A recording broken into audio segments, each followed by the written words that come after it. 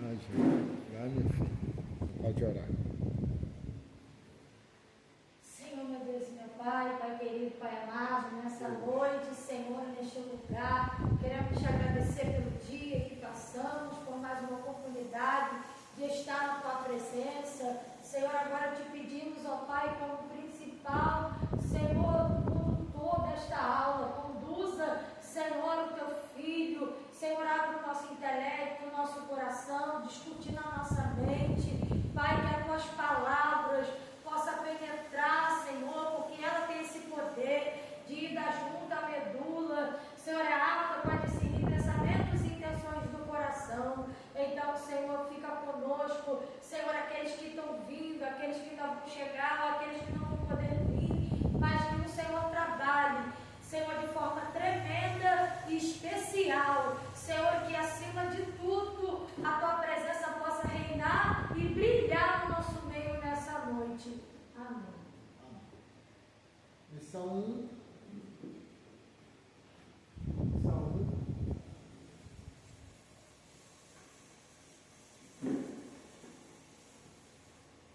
E qual é a página aí para mim?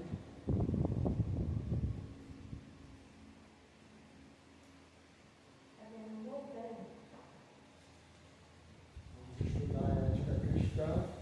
Esse livro é A Ética Cristã e Teologia do Obreiro. Que saudade, moleque! Que saudade de ti! Tô bem, como a senhora passou de ano? Bem, você? Graças a Deus, missionária Ana. Louvado seja o Eterno.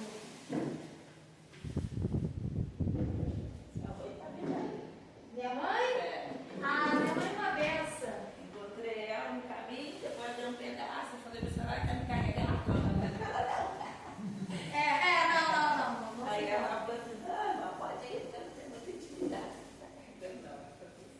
Eu tô te entrando todo embaixo. Vai adiantar o passo, né? Vai dar dando inflamado da período de chuva. Caramba, Luciano. Então vamos lá, qual é a página? Página 21, a ética cristã, não é isso? Isso, página 21. Nosso livro, a primeira lição vai ser a ética cristã. Né? Estamos sabendo que nós estaremos estudando a ética cristã e teologia do obreiro. Então, aí logo de início, vocês vão fazer uma marcação. Vocês vão citar um quadro aí, tá um quadro, né? Vocês vão marcar, esse quadro todo é a marcação. Caramba!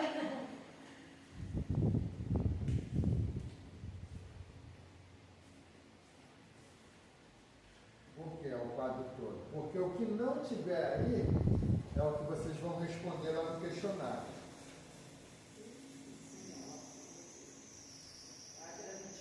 Isso. Marcar esse primeiro quadro aí. Ele todo, né? É. Tô dando um lugar aqui.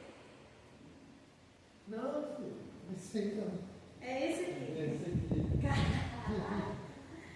E esse marca-texto aí, dá para você ler? É, ó, ética cristã, boa solução da terra. Tá bom. Tá, mas deixa eu pintar a caneta mesmo. Esse Caraca. primeiro quadro aí que marca, tá? Isso aí. Então, deixa eu... Ah, missionária. Então vamos lá. A ética é parte da filosofia a qual estuda os valores morais e os princípios ideais da conduta humana. É ciência normativa que serve de base à filosofia prática.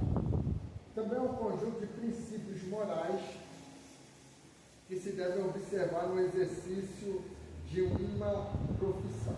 Né? Então, ética é uma coisa normal do meio secular. Né? Só que a gente vai estudar a ética cristã no nosso meio. Né? Então, é isso que nós vamos estar estudando aqui hoje. Tá bom? Tá, de uma forma mais simplificada. A ética cristã é... Oi? Então, a gente vai ver ainda o que é a ética cristã.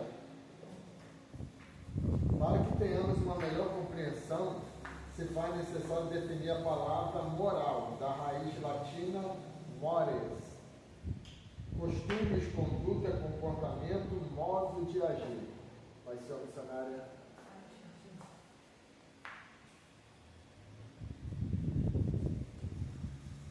Pode ser, cadê essa cadeira?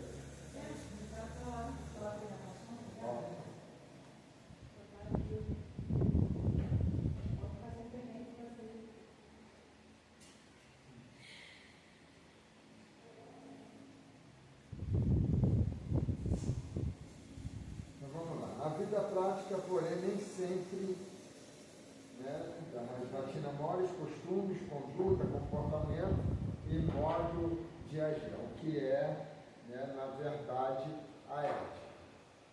Bom? Não, começou nada. Ai, não, ela falou. Eu queria carregar mais minha filha, eu estou acostumada a carregar, não estou acostumada nem a andar muito de bicicleta, né? Porque eu moro com o carro aqui, a minha andar um pouquinho tem que ser sozinha, por enquanto. Página 21, missão.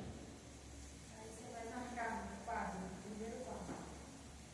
Você vai marcar.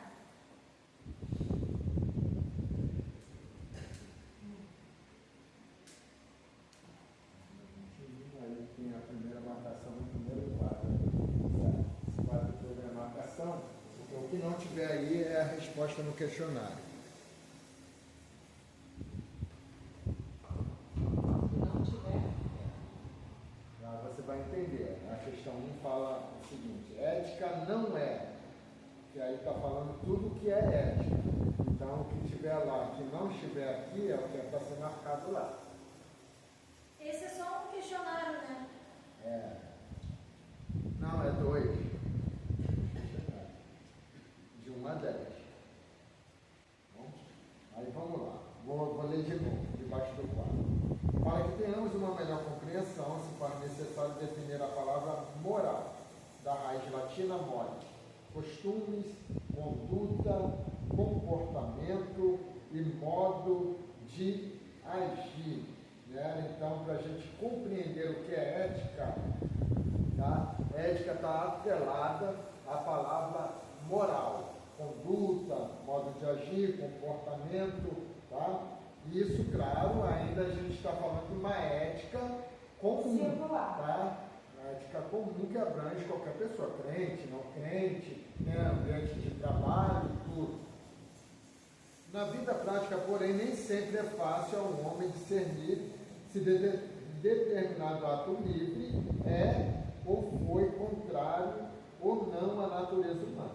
Por isso, todo homem adulto é dotado de consciência, que é a expressão imediata, a norma próxima do senso, né? Senso é o quê? A faculdade que nós temos de julgar, né? Se é certo, se é errado, né? Senso moral, concretamente agir moralmente. Agir moralmente bem significa, pois agir segundo a própria consciência. Consciência moral, pastor. Em síntese, tá? Ética cristã síntese a gente já sabe o que é, né? É um resumo, um agrupamento de isso aí, de ideias que você se resume. Então, em síntese, ética cristã aí está a resposta. Ó. Não é para marcar não, tá? Porque você perguntou o que é ética cristã. Um somatório de princípios que formam e dão sentido a uma vida cristã normal. É o que cada crente pensa e faz. Tá? Aí a gente vai aí para vós sois o sal da terra. Né? Isso aqui é muito bom e para vocês que têm uma mente fértil aí para pregar, vocês fazem uns 10.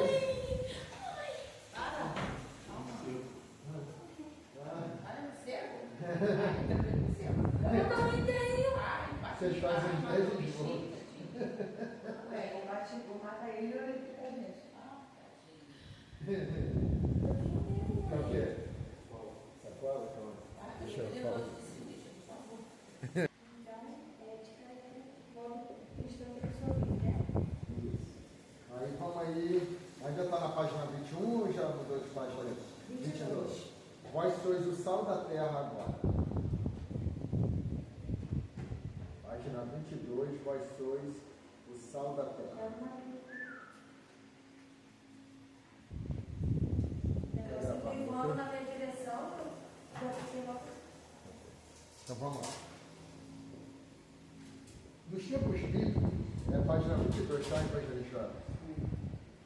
Nos tempos bíblicos, o sal era de maior importância, mais valioso, menos abundante e de difícil aquisição. Jesus não disse que apenas alguns crentes especiais são sal da terra.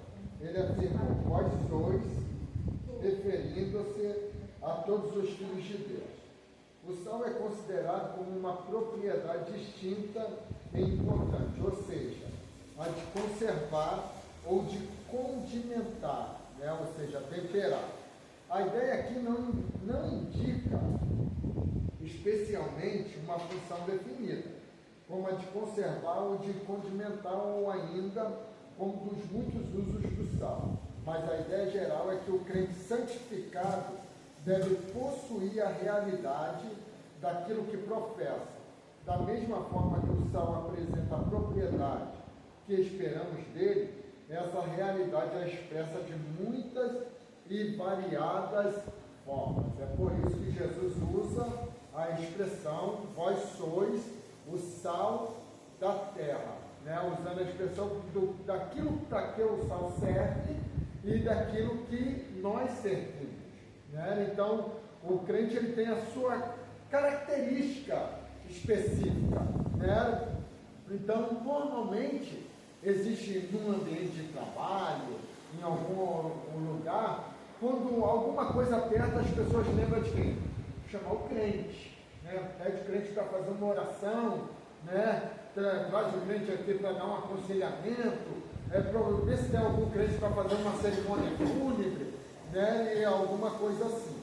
Então, por quê? Porque ele tem a sua característica, né? E, em contrapartida, existe aqueles que têm um nome, mas não têm a sua característica de crente. Então, onde que entra aqui a quebra da ética cristã, né? Onde a pessoa vai falar: poxa, aquilo lá é crente, né? Então, é onde que entra exatamente isso. Aqueles que conhecem a questão dizem-nos que o sal puro não perde seu caráter distinto, mas uma vez misturado com elementos impuros e estranhos, podem perder sua propriedade. O sal pode conservar sua aparência como sal, mas não o seu caráter.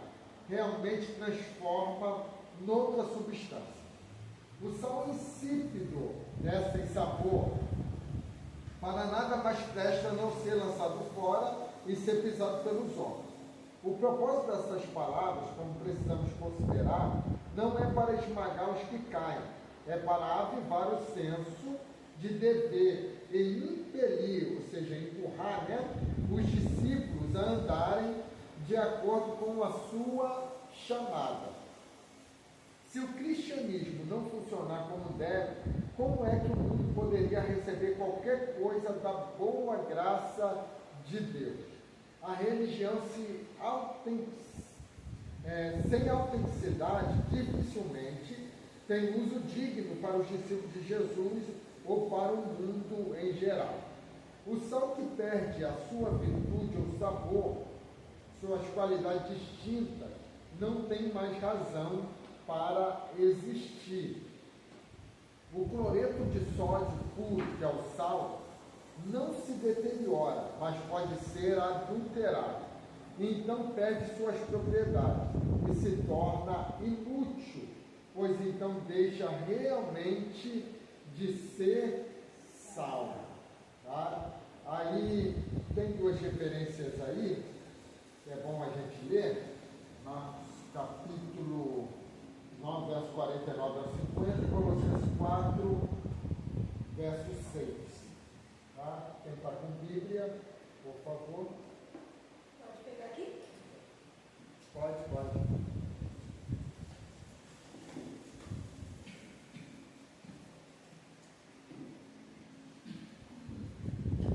Capítulo 9, verso 49 a 50. Depois outro Colossenses capítulo 4, verso 6.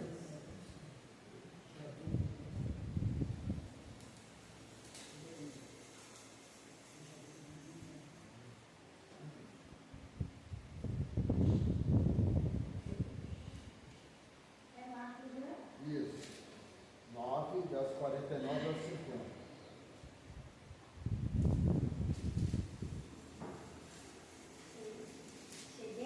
Cheguei. Marcos 9. Marcos 9. 49 e 50.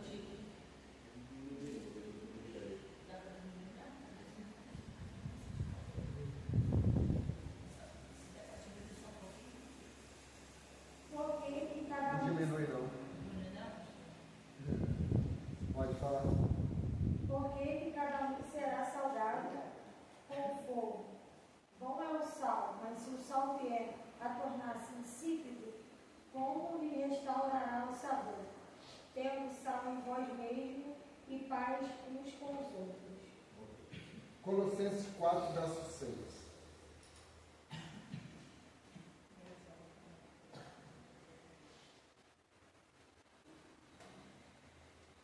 Já pode ir. Colossenses 4, versículo 6.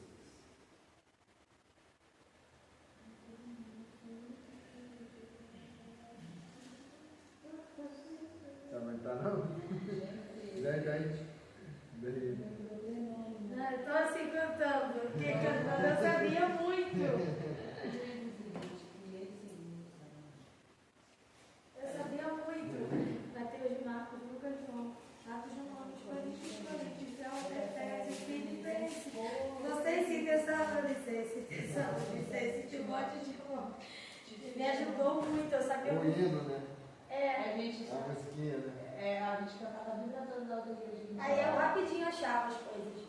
Então, Colossenses 4, 6 diz assim: a vossa palavra seja sempre agradável, temperada com sal, para saberdes como deveis responder a cada um. Então, o que é que está falando aqui? Está falando aqui de equilíbrio, né? E de tempero também, onde nós vamos ver aqui. Só que a gente vai ver aqui uma resposta do questionário, vocês vão marcar agora. O sal perde seu sabor e torna-se insípido ou insulso, né? Aí vocês vão marcar os 3 títulos embaixo: pouco vento, pouca luz e pouco calor. Né? É o que eu estava falando para vocês. Sabe? Aqui dá inúmeras mensagens para vocês aplicarem. Pouco vento? Aham. Então, o sal perde o seu sabor com pouco vento. Né? O sal, para atingir o sabor ideal, necessita de bastante ventania na época de sua formação. Imagina, eu já peguei uma vez sobre isso, tá? Pouca luz, pouco vento, pouca luz. Espiritualmente, o crente sem o vento do Espírito da vida e do poder não subsiste. Né? Aí tem várias referências, né, sobre o vento, sobre o Espírito de Deus pairando sobre a face das águas, sobre o fogo, o Espírito que foi soprado, né, nas narinas do homem. Tá? Então, pouca luz. Muita luz é fundamental para a formação de um bom sal. O efeito químico da luz sobre a água em tratamento é fundamental na transformação desta em sal. A abundante luz celestial é a grande necessidade para o crente ser um bom sal. Sem isso, ele pode ter uma pregação como é o caso do sal insípido. Sem fé é impossível o pecador chegar ao Senhor, pois o mundo está em trevas. Pouco calor. Sem calor, o sal em sua formação perderá em qualidade e se arruinará. Uma igreja espiritualmente fria torna-se inerte, inativa, decadente e incapaz de ser o sal da terra. Em lugar de uma tal igreja influir nos padrões de vida e práticas do mundo sem Deus, o mundo é quem influirá nela pela corrupção, tal qual faz o fermento na massa. Tá? Então, isso aqui tira essa característica. É claro que está se falando do sal, mas o sal é algo que Jesus Cristo trouxe para simbolizar o cristão, o crente, né? Aquele que segue a Cristo. Então, para ele ter a sua característica essencial, ele precisa do Espírito Santo, ele precisa da luz, né? Que emana da palavra de Deus também, né? O salmista ele vai dizer: lâmpada para os meus pés é a tua palavra e luz para o meu caminho, né? E pouco calor fala do crente frio, aquele que não se interessa em ser cheio do Espírito Santo. Existem pessoas que se satisfazem simplesmente do fato de ser crente, de ter o nome de crente, né? Então, mas não é só isso, irmãos. Por quê? A gente aprende aqui em diversas aulas que é uma necessidade nós temos uma vida cheia do Espírito Santo. Porque ele vai ser o nosso condutor ao arrebatamento da igreja. É o Espírito Santo que conduz a igreja ao encontro de Cristo nas nuvens do céu, né? Então, eu sempre trago para os irmãos a tipologia, né, lá de Abraão, de Eliezer, né, de Isaac, de Rebeca, que isso simboliza muito, né, um tipo do arrebatamento da igreja, né? Porque Abraão faz Eliezer jurar que ele vai buscar uma noiva para o seu filho Isaac, né? Então ali Abraão é um tipo de Deus, Eliezer tipo do Espírito Santo, Isaac tipo de Cristo e Rebeca simboliza a igreja, a noiva, né? Então é a mesma coisa, é o Espírito Santo, irmão, que ele é o agente de diversas formas na nossa vida, da transformação, né? Da nossa regeneração, da nossa mudança de vida, e é ele que vai ser encarregado de nos conduzir, né? Levar a Rebeca ao encontro de Isaac, levar a noiva ao encontro de Cristo. Tá? Eliezer é o Espírito Santo. Eliezer é o Espírito Santo. Hein? Então, o sal que se tornar insípido perde três coisas principais. Perde o seu sabor, né? Se o sal for insípido, com que há de se salgar, né? Então, o sabor é primordial. Irmão, já viu? Às vezes tem pessoas que têm muito conhecimento, mas você não consegue sentir o sabor, né? Transmite, mas você não consegue se deliciar com aquilo. Por quê? Porque faltou, ele perdeu o sabor, né? Então, perde o seu valor, irmãos.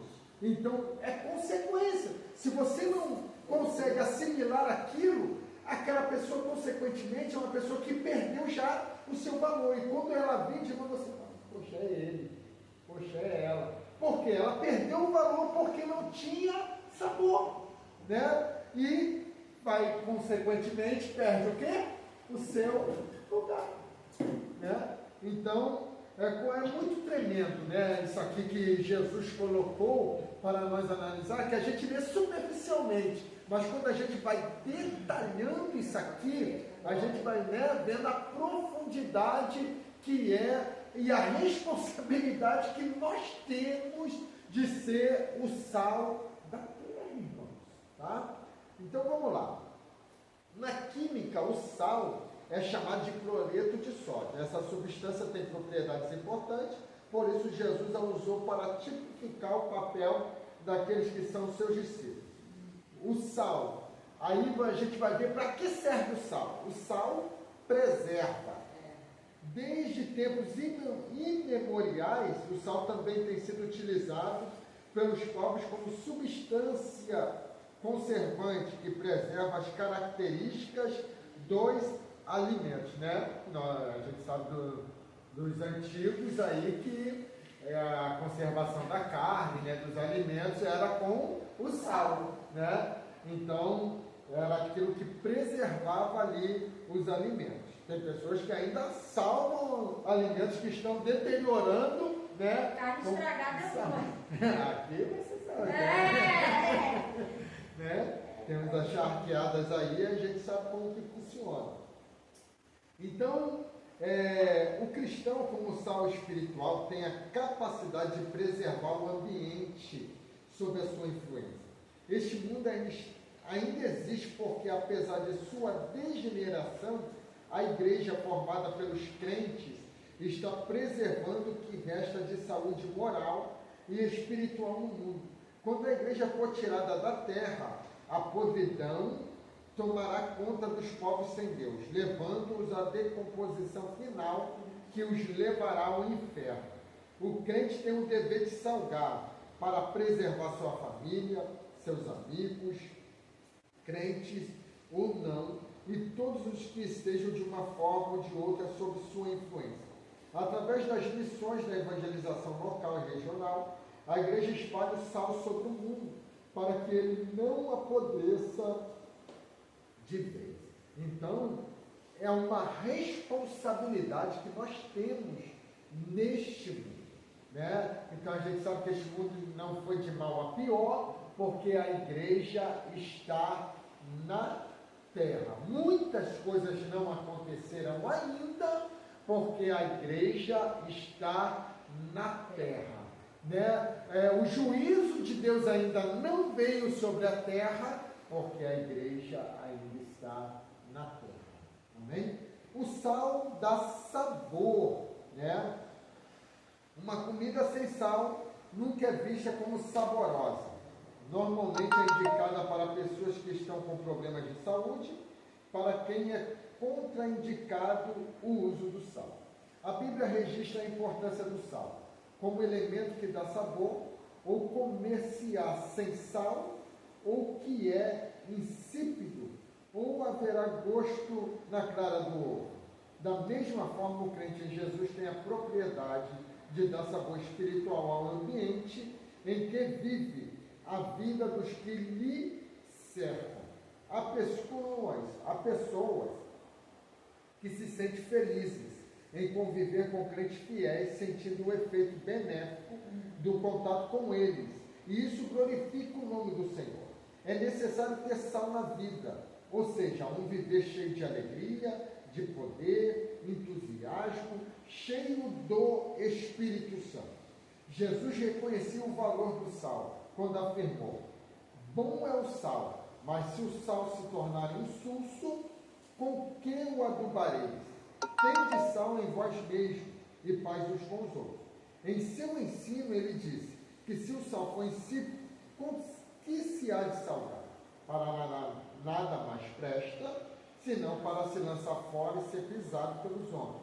Isso quer dizer que se o crente deixar de dar seu testemunho, sua vida perde o sentido, torna-se inútil e passa a ser pisado pelos pecadores. A gente sabe que esse pisar não é no sentido literal, mas é no sentido do nome, da imagem ser manchada pelo... Irmãos, é muito triste, É muito triste você às vezes estar evangelizando alguém, falando de Jesus para alguém, e a pessoa falar: ser crente, igual o vizinho que eu tenho, nunca vou ser crente, Então, igual meu pai, igual minha mãe, igual meu irmão, Então as pessoas vão citando exemplos ruins, E o que é isso? É as pessoas que estão sendo pisadas, perderam o seu valor, perderam o seu sabor pelo mau testemunho, E agora são pisadas pelos ímpios,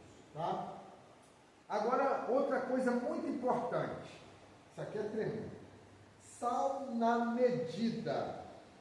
Uma das características do sal é a sua humildade, O sal é tremendo, irmão. Se você falar agora, compra 1 quilo de sal, é uma luta para você encontrar o sal no mercado, Porque a gente até sabe que ele tem que ficar lá perto do negócio de salgado, Quem conhece o mercado já foi mais de uma vez, mas se você entrar num mercado novo, que você nunca foi, é uma dificuldade. porque não é não é algo Em destaque. em destaque, né? Eu passei por isso hoje no supermarket, que eu não tenho muito intimidade com ele, E é algo que a gente pouco nota na dispensa e às vezes o sal acaba e é coisa que pega a gente desprevenido, que a gente nunca está preocupado, né, quando o sal vai acabar. E sempre esquece. Compra muita coisa, R$1.000, mas esquece o sal. Esquece o sal, né? Então, o sal tem uma das características que é a sua humildade. Aí a gente vai ver, ele preserva, dá sabor, sem aparecer. Né? A gente vê, puxa, que comida saborosa, mas você não vê o que temperou aquela comida. Né? O sal. É estranho, né? É engraçado, né? Porque chama atenção. Uhum. É um produto, né? Um alimento que é Indispensável, indispensável, mas não como aparece. ela falou, não aparece, não vai destaque. Entre os alimentos que a gente necessita, é o mais barato. Você pode ver que ele é mais barato que arroz, é mais barato que feijão, é mais barato do que macarrão, mas sem ele você não consegue Não degustar prepara uma os comida. outros, né? Você não consegue degustar uma comida direito. E Um pouco ou muito, assim, ou muito não, muito ninguém gosta, mas um pouco ou na medida você não consegue degustar sem, é muito ruim. Você come, mas não te alimenta, não te satisfaz. Isso aí, Foi verdade. comprovado pela ciência. Se você come uma comida sem sal, parece que você ainda continua com fome. É isso aí. Então vocês vão marcar agora. Sem aparecer, né? Foi onde que eu parei. Assim é o crente fiel. Ele é humilde, não faz questão de aparecer. Quando o sal aparece pelo excesso, ninguém suporta. Em excesso ninguém consegue ver. Ninguém suporta. Né? Então aí vocês vão marcar agora. O crente como sal prega mais com a vida do que com palavras. Se necessário, prega. É verdade. Né? É mesmo.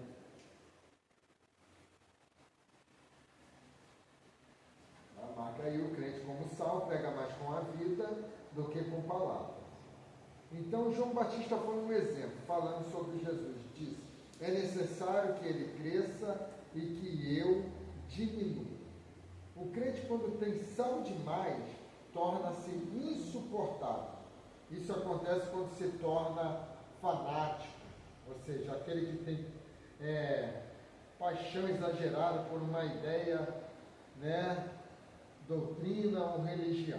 Irmãos, às vezes eu observo muito, né, e é claro, com singeleza, cada pessoa que às vezes conversa, fala comigo, mas às vezes eu fico prestando atenção em umas pessoas que às vezes falam assim, não, eu não faço isso, porque o Espírito Santo não me dá essas confianças.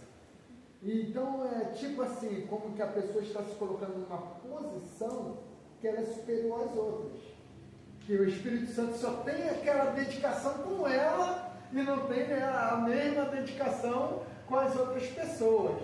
Né? Então, isso é preocupante, porque são pessoas que às vezes acabam exalando um excesso de santidade. Né? Então, a gente precisa entender. Né? Às vezes fala, não, eu sou o xodó de Deus. Você é, ela é, ele é, todos nós que servimos a Deus somos. Né? Então, todo aquele que está na presença de Deus se torna a menina dos olhos do Senhor. Né? Alguém que Deus não vai permitir tocar de qualquer maneira. Então isso é fato, irmão. Qualquer um que se aproxima de Deus, Deus vai fazer suas exigências, porque Ele é Deus santo. Isso é fato, irmãos. É com todos. Né? Mas quando eu exalo isso, eu estou querendo mostrar que eu sou alguma coisa. Né? Irmãos, uma coisa que Deus detesta é isso. Arrogância, porque isso passa a ser uma arrogância, uma prepotência. Uma vaidade. Também. Embora Deus, no secreto, dependendo do seu grau de intimidade, Deus, eu acredito, não para você exalar, mas para você provar. É isso aí. Ele mostra que ele é fiel com você em todo o tempo, nas mínimas coisas. Isso aí. Né? Realmente, ele te trata como. Às vezes até eu e a Renata, a gente brinca muito lá em casa. Meu pai me mima, aí manda um beijo pro meu pai, eu mando um beijo pra ele. Aí a André fala, e seu pai te ligou no outro dia, eu queria, estava precisando de um telefone, o telefone não dormia para eu estudar, para fazer tudo, não tinha memória para nada, eu tenho um monte de livro, entendeu? Aí sabe o que aconteceu? Deus usou meu genro para poder abençoar minha filha com o iPhone. Esse aqui dela que estava novinho, ela pegou e me deu. Aí eles começaram a brincar comigo, seu pai te mima, você estava querendo, hein? Aí eu, Senhor, brincando, mas assim, a gente leva na brincadeira, mas falando e arrotando isso é claro. Acho que soa mal os ouvidos das pessoas e de Deus, né? Não, é verdade. Né? Porque o que acontece? Quando você tem a vida com Deus, você não precisa querer mostrar. Isso é natural, as pessoas vão perceber. Né? Isso é notório. Você olhar a pessoa e dizer, poxa, ali é uma mulher de Deus, ali é um homem de Deus. Isso é notório. Né? Lembra de Eliseu? Eliseu entrou, tinha entrado na casa daquela mulher já? Não, ela só observava. Né? Nunca falou, Eliseu passava, ela dizia, aquele homem que vai lá é um grande homem de Deus, é um homem de Deus. Notório, irmão. Eu sou hoje, estava andando na rua, cheguei até a me assustar, porque do nada, quando eu vi, senti uma moça do meu lado, com os olhos cheios de lágrimas, ela falou assim para mim, moça, eu vi a senhora passar e vi que a senhora é uma mulher de Deus, a senhora coloca o meu nome do meu filho nas suas orações, meu nome é Solange, o nome do meu filho é Samuel, a gente está passando uma grande batalha, e eu preciso de ajuda, e começou a olhar dela encher de lágrimas, e ela falou, e quando a senhora passou, eu senti a presença de Deus e vim até a senhora pedir oração, eu falei amém. E daí já fui entregando ela na mão do Senhor, mas assim, pela misericórdia de Deus e a honra para a glória dele, hoje vai ser por isso. É isso aí, né? É isso aí. É isso que a gente precisa entender. Isso é notório, irmão. Não precisa a gente hastear a bandeira, né? Não precisa a gente mostrar, né? Então, porque isso fica notório, as pessoas percebem. Aleluia. Vamos lá. Qual a página que nós estávamos agora? 25.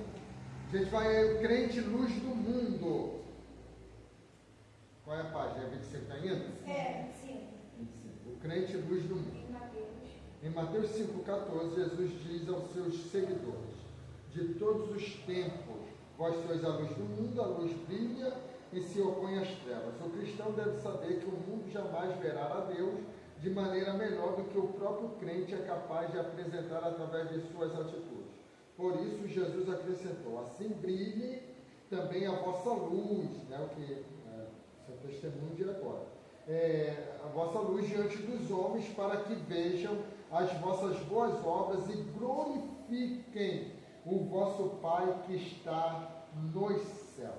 Davi foi chamado de luz de Israel, seus descendentes chamados de luzes. Jesus Cristo é a verdadeira luz do mundo que ilumina todo homem. Segundo Paulo, os crentes são luzes secundárias.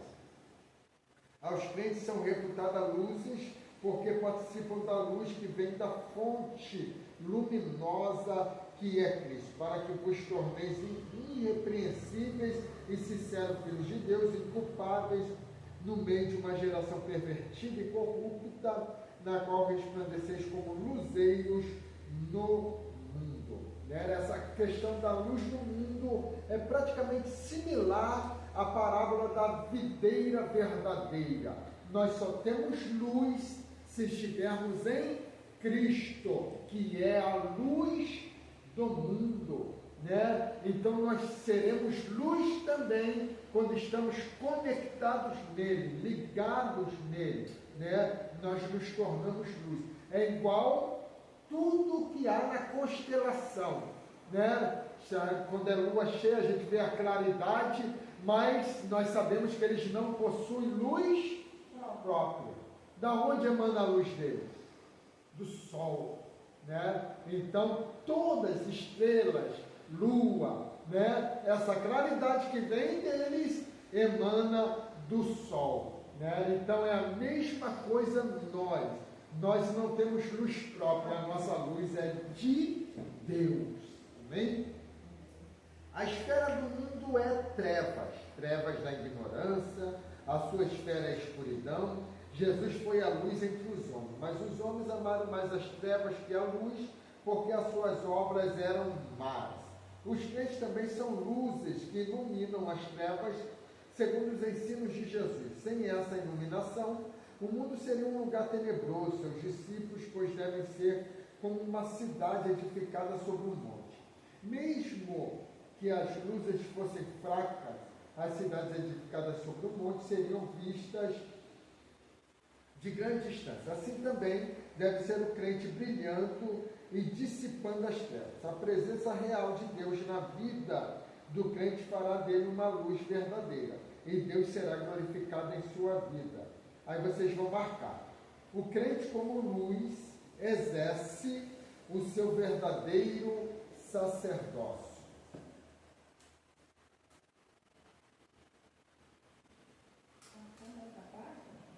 Qual é a página? Acho que é 26. E aí? Acho não? Você óculos no peito aqui, cara. Mostra o livro, sim, mostra o livro. Isso aí. Achou, Renatinho? Mostra aí. Deixa o dedão em cima do livro.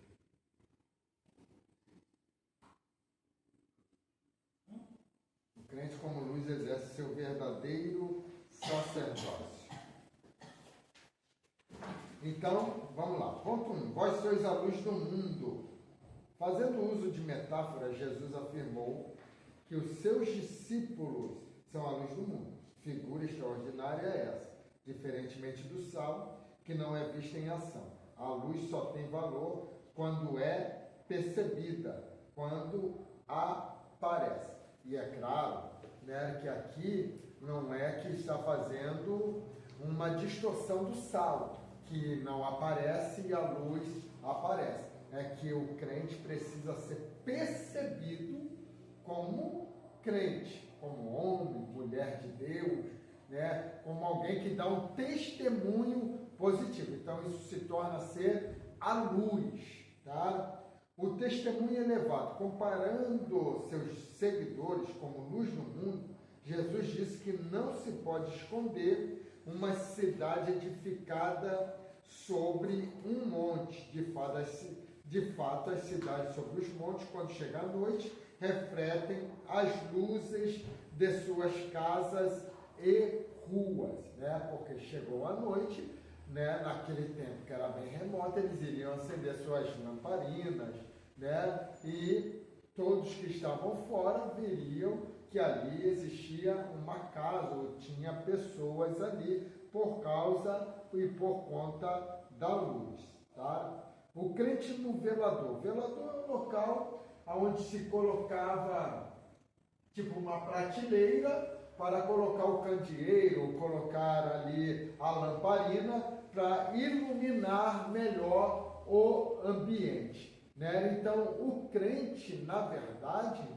ele não pode ser, como alguns pregadores usam o termo, trazendo para os nossos dias, né? O crente 007, né? Aquele escondido, o crente secreto, né? O crente, ele precisa ser crente, ter postura de crente, não ter vergonha de ser crente, né? Então, isto é o crente no velador, né? Ele aparecendo como crente, servo de Deus, tá? É prateleira, né? Isso. É o testemunho que resplandece. Assim resplandeça a vossa luz diante dos homens. O crente em Jesus não tem luz própria. Ele não é estrela como luz própria. Ele pode ser comparado a um planeta que é um astro iluminado por uma estrela em torno do qual ele gravita, né? Anda em volta, né? Na verdade, nós somos iluminados por Jesus. Ele sim é a estrela da alva, a resplandecente estrela da manhã. E em torno dele nós vivemos e recebemos a sua luz. Com o nosso testemunho precisamos espargir a luz do Evangelho da glória de Cristo. Tá? Então, não é só se mostrar crente, né? Mas é mostrar a luz que emana em você, que é Cristo, né? O seu testemunho, pregar, anunciar, falar de Cristo, tá? Então é isso, o Evangelho resplandecendo, né? É a mesma coisa, você chegar num ambiente e fazer a diferença com o seu modo de viver, né? E também com a sua fala, falando de Cristo, tá bom? Aí o ponto 1.4, que vejam as vossas boas obras. Aí vocês vão marcar. Qual é a página aí? 27. Página 27, para que vejam as vossas boas obras. Aí vocês marquem. O crente como luz dá seu testemunho através das boas obras de salvo.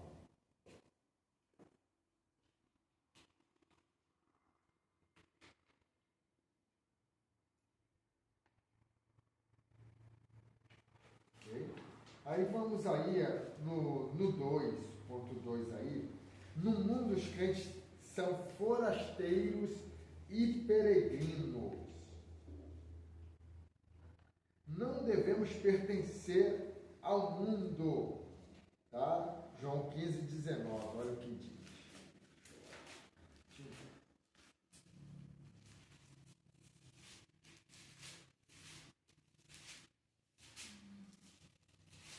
João 15:19.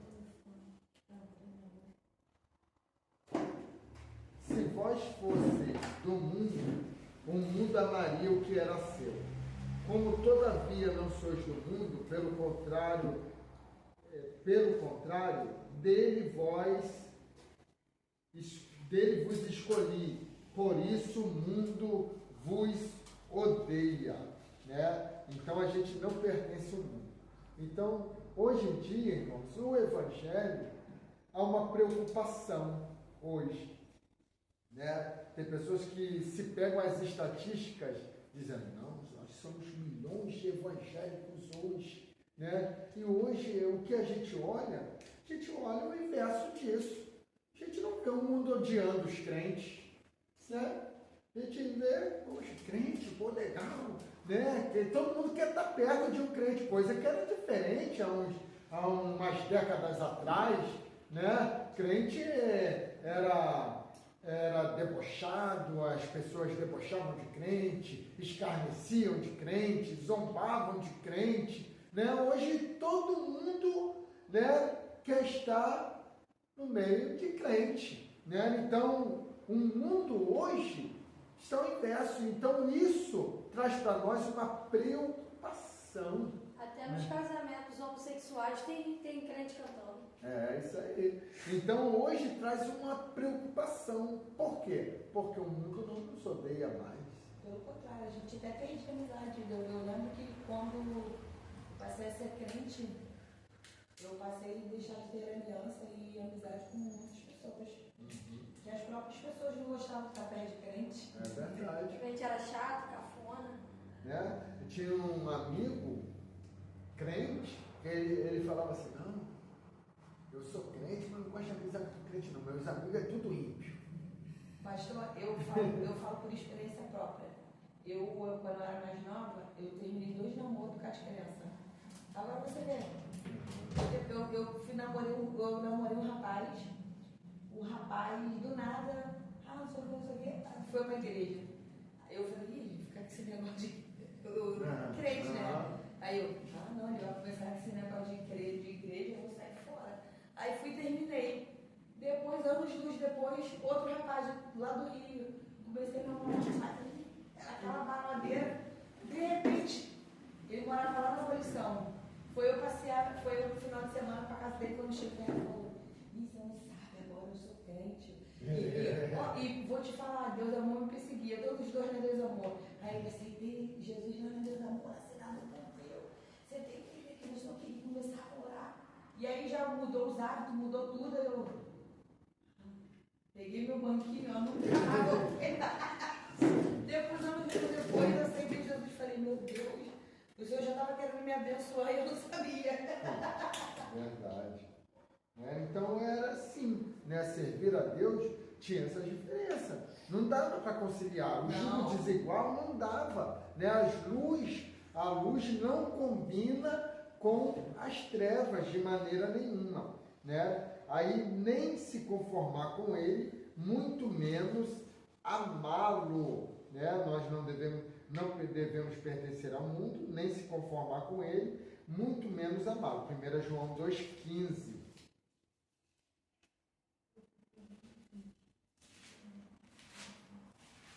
Romanos 12, 2 fala tudo. Romanos 12, 2. não vos conformeis com este mundo, né? Mas transformais pela renovação do vosso entendimento. É isso mesmo. O varão tá afiado, hein? Tá, glória. 1 João 2,15. Diz assim. Aqui. Abandonando o reto caminho, se extraviaram segundo... Pedro, perdão. Ia dar quase a mesma coisa, mas... Pegar no telefone, não consegui ver. 2,15, agora sim. Vamos lá. Não ameis o mundo nem as coisas que há no mundo. Se alguém amar o mundo, o amor do Pai não está nele. Né? Deve-se odiar a iniquidade do mundo, morrer para o mundo e ser liberto do mundo. Aquele que crer em Jesus vence o mundo. Amar o mundo corrompe nossa comunhão com Deus e leva à destruição espiritual. É impossível amar o mundo e ao Pai ao mesmo tempo. Irmãos, a gente vê isso, né? Tem muito respeito a ideias, pessoas, né? Inovações, beleza. Está anunciando o Evangelho de Cristo, ok, vai somando para o reino, né? Mas só que tem muita gente ganhando muitas almas e perdendo a sua própria, né? Então hoje o que a gente vê é um engano do diabo. Então as pessoas estão se convertendo, entre aspas, né? E trazendo as inovações do mundo para dentro da igreja, né? Então hoje a gente vê na igreja os estilos musicais, né? Hoje tem já o samba, né? Tem o pagode, tem o hip hop, tem o funk, né? Tudo que já veio de inovações de pessoas. Quem trouxe? O ex-funkeiro que se converteu e agora, né, teve a época aquele menino que é muito na Flor de Lis, o Tomzão, né? Nem sei como que está ele hoje, né? Então, tinha ele, tinha... Vaguinho, que era pagodeiro. Quem? Vaguinho. Era Vaguinho. pagodeiro, aí Isso foi para a aí. igreja do pastor Marcos Pereira. E continuou no mesmo estilo, né? No mesmo estilo. Então, são coisas que vem trazendo, irmãos. Então, o que é isso? É o amor. O amor, aquele estilo de vida que ele vivia no mundo, permaneceu. Né? Eu lembro, né? Até gravando, né? Mas tudo bem. Eu lembro que quando Simone ela se converteu, ela convertida, ela foi posar nua para Playboy. Né? Dizendo que era o trabalho dela, a profissão dela. Né? Então, infelizmente, né, são coisas que o amor ao mundo permanece na vida das pessoas. Se tornaram crentes, mas continuaram amando o mundo. sem renúncia, né? Isso aí. Então, e é impossível amar o mundo ao Pai ao mesmo tempo. Né? Mateus 6,24 vai dizer que nós não devemos amar a Deus e as riquezas, amar a Deus e a Mamon. Né? Tiago 4,4, deixa eu ver essa referência aqui rapidinho.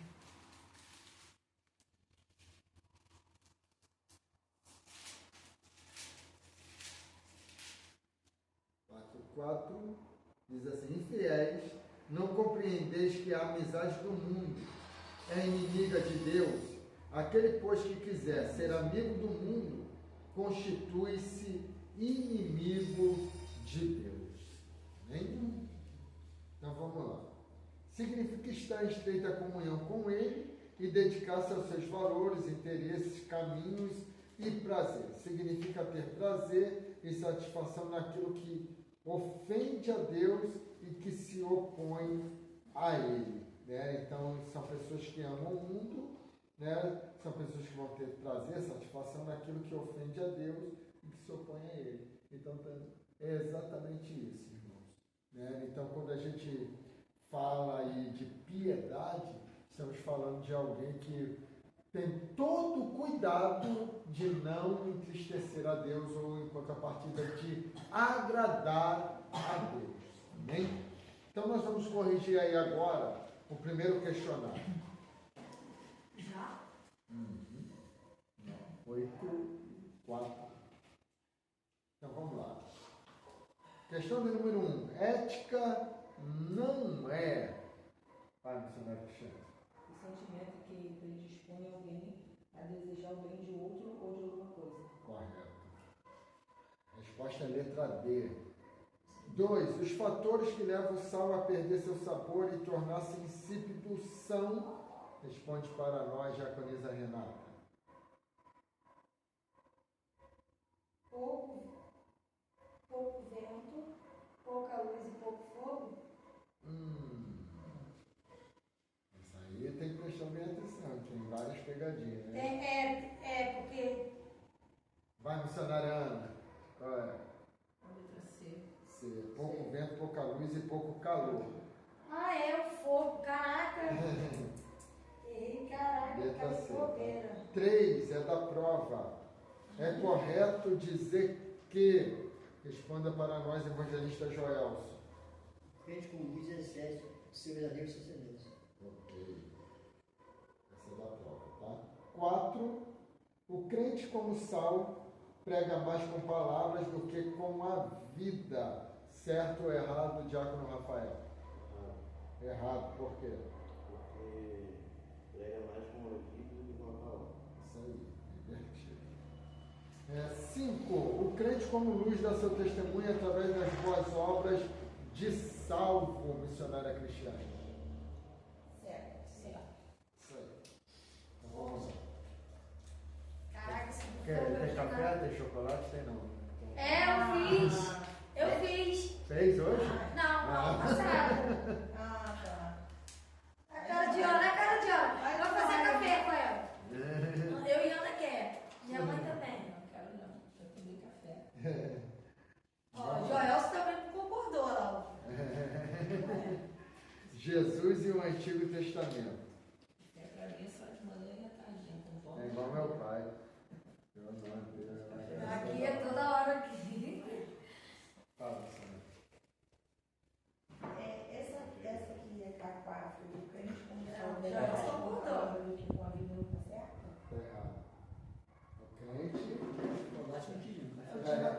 pega mais com a vida do que com a palavra. É. É o inverso. É o contrário. Hoje eu pisei na bola logo, não é mais fácil, cara. Negócio de calor. É uma pegadinha, né? Caraca, eu me embolei nessa. É pegadinha, porque as palavras em bem tá certa, né? Mas só tá invertido. Sim, eu. Então vamos lá, qual é a página aí agora? 32. Jesus e o Antigo Testamento.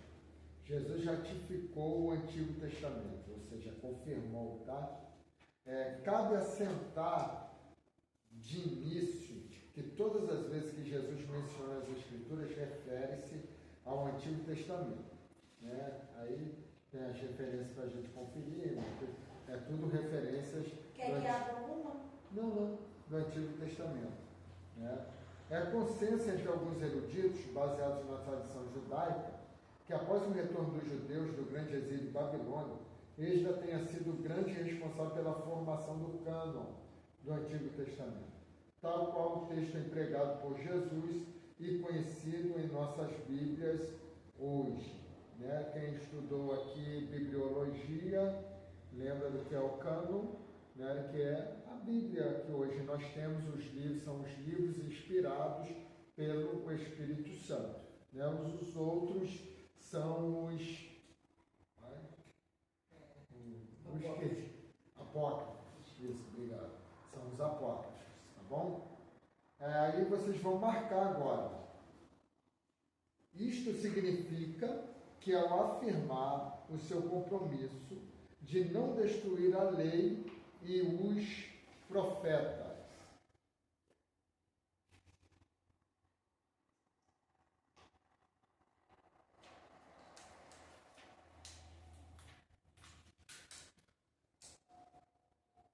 ou seja, Cristo ratificou todo o Antigo Testamento, considerando como a revelação conhecida de Deus. O mestre chegou, inclusive, a citar a divisão comumente empregada pelos estudiosos da época, como aparece em Lucas 24, 44. Lei, Salmos e Profetas. Era assim que era dividido o Antigo Testamento. Antes de ter a tradução da Septuaginta, o Antigo Testamento era dividido assim: leis, salmos e profetas. Hoje a nossa divisão é diferente. É Pentateuco, livros históricos, livros poéticos, profetas maiores e profetas menores. Isso aí é tudo coisa que tem que ir gravando. Bom, isso aí são pontos principais que precisam gravar. Tá? Como eu falo para vocês, as traduções, essa que eu falo da Septuaginta, são coisas que você vai ver no livro. Pentateuco, vai ver toda a vida no livro. Históricos, poéticos, profetas maiores e profetas menores. Sob este aspecto, o Antigo Testamento introduziu no mundo o projeto de Deus em Cristo que se realizou no Novo Testamento, mediante a proclamação da chegada do reino de Deus. Tá? Jesus cumpriu o Antigo Testamento. Cristo não só ratificou, ou seja, confirmou com palavras, mas cumpriu em si mesmo o Antigo Testamento, englobando aí os minuciosos tipos descritos no Pentateuco e os vaticínios, as profecias dos profetas que apontavam em sua direção. Ele reconheceu-se o ponto convergente da história da salvação, primeiramente anunciada por Deus ao primeiro casal e posteriormente reiterada aos patriarcas e ao povo de Israel mediante a lei e a revelação profética. Lá em Gênesis 3,15, a Adão e Eva, depois a Abraão, depois a Isaías, e também a Miqueias.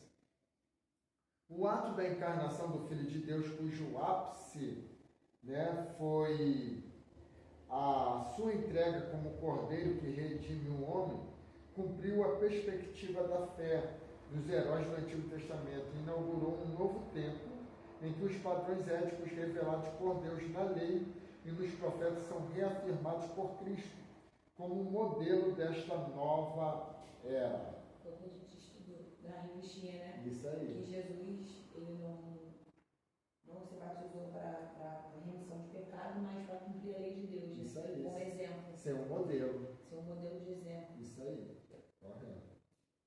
Jesus realça os ensinos morais do Antigo Testamento. Enquanto sob a lei as regras que expressavam esse ensino tornaram-se vazias porque os judeus restringiram a sua prática, a sua superficialidade do exterior, agora se reveste de um novo e real sentido, porque depende do coração transformado através da obra redentora de Cristo para serem experimentados. Aí tem a referência de Romanos 7, do verso 1 ao 25, que para ser... Não, muito versículo, para depois meditarem com calma. Então, 1 a 25. 1 ao 25, é praticamente o capítulo. Ia ler o 1 e lia o 25. Não adianta. Aí, o que acontece aqui? Muitos restringiam a prática superficialidade do exterior, mas só que Jesus ele não veio anular a lei, ele veio fazer com que a lei fosse executada direito, como tinha que ser. Por quê? Eles pegavam a lei e aplicavam só no estereótipo, só naquilo que as pessoas viam. Que homem santo, né? Então Jesus dizia, vocês estão coando um mosquito e estão engolindo um camelo, né? Por quê? Aí Jesus vai, né? Jesus acaba com os fariseus, né? Chama eles de sepulcro caiados, que tinham boa aparência por fora, né? Mas tinham podridão por dentro, né? Então, os ensinos eram para serem aplicados corretamente. Então, eles se pegavam ao pé da letra, né? Ao pé da letra, e executavam a lei erroneamente, causando que injustiça às pessoas, né? E se sobrepondo às pessoas porque eles se achavam detentores da lei, né?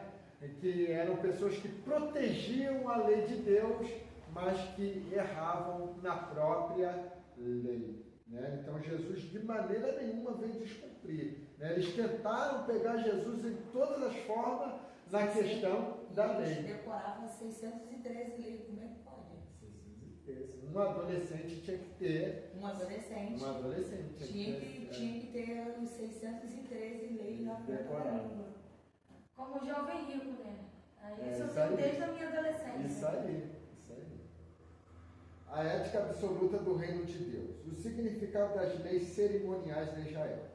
Todavia, há que se distinguir no Pentateuco as leis cerimoniais, sociais e cívicas dadas por Deus a Moisés. Elas foram exclusivas para o povo de Israel, sem obrigatoriedade para os cristãos. E é isso que a gente precisa separar, irmãos, né? Os judeus é uma nação, a qual foi uma nação eleita, exclusiva de Deus, que teve exigências específicas para aquela nação, né? Então, por ser um povo detentor de uma promessa, então teve, né, ali, dependendo de cada promessa, irmão, vem uma exigência maior. Vamos supor, se a promessa, a senhora hoje é uma missionária, o que Deus exige da senhora, às vezes é claro, e é isso que as pessoas fazem a confusão. Não, Deus exige muito de mim, então exige, porque quem muito é dado, muito é cobrado, né? Então a exigência da senhora é diferente da exigência de um novo convertido, de um membro, né? Então é desta maneira. Então Israel era o povo da promessa, existia um fardo sobre aquela nação, né? Fardo num bom sentido de se colocar por causa do peso da promessa que recaía sobre eles. Então Deus prezava sobre eles com os requisitos da santidade, de todas as formas, né? Então existiam coisas que eram exatamente para eles, exclusiva para eles, né? Então vamos lá. E vai muito da forma que Deus chama a pessoa e o que Ele quer especificamente com ela. Que é isso que dava problema. E Paulo falava, quem come carne Não se critica quem não quem come. come legumes. Isso aí. Apesar disso, aí vocês vão marcar depois de apesar disso. O conteúdo ético, moral, que as norteia e os princípios implícitos são pertinentes, ou seja, que pertencem, né, ao povo de Deus de qualquer época, tá? Então, o conteúdo ético, moral, de santidade, né? Tudo aquilo norteia os princípios implícitos, que pertencem a qualquer um, né? Por isso que Jesus ele pega os 10 mandamentos e resume em 2. Amarás a Deus sobre todas as coisas e o teu próximo como a ti mesmo, né? Então, tem coisa ali dos 10 mandamentos que é para nós? A maioria, com exceção da guarda do sábado, a maioria é para nós. Adulterar, não poder, né, roubar, não poder cobiçar, né? Tudo isto se aplica a nós naquilo que Jesus resumiu: amar a Deus sobre todas as coisas e ao teu próximo como a ti mesmo, tá? Então, esse conteúdo, lembrando que a gente está estudando sobre ética, tá? Então, tudo isso se aplica a nós. É isso aí, a nós, né? Como cristãos, né? É ético eu roubar de alguém? Não, Né? É ético eu cobiçar alguma coisa de alguém? Não. Né? Então isso tudo se aplica a nós. Não se discute, por exemplo, o caráter de pureza implícito em certas normas cerimoniais. Tá? Ainda que elas não tenham jurisdição sobre a igreja, o propósito para o qual apontavam permanece inalterado, pois a pureza de coração é uma das principais qualidades da vida cristã. Tá? Então, absoluto, vamos aqui a busca do padrão ético do reino de Deus. Qual é a página? 34. 34. Vocês vão marcar esse título aí, a busca do padrão ético do reino de Deus. Tá? E depois, vocês vão pular um parágrafo, 2 parágrafos, no terceiro parágrafo vocês vão marcar. É resultado exclusivo da graça. Só isso? Só isso, é uma mesma resposta, tá?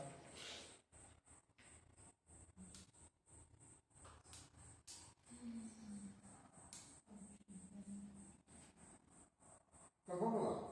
É parte da responsabilidade cristã a busca deste padrão ético deve, portanto, constituir-se no alvo de cada crente, sendo parte de sua responsabilidade cristã.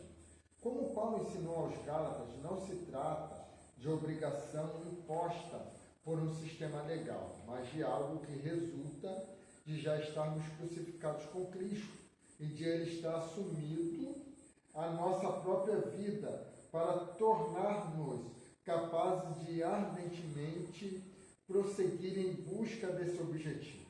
Isso implica afirmar com absoluta segurança que se o crente não manifesta esse desejo de aperfeiçoar sua vida cristã a cada dia, nos moldes ensinados por Cristo no Sermão do Monte, é certo que não tenha experimentado a verdadeira transformação interior, ou a tenha perdido no meio do caminho. Ainda que a força da lei não produza nenhuma piedade, só a aparência, o coração transformado será compelido a expressar em sua vida esse padrão ético desejado por Deus.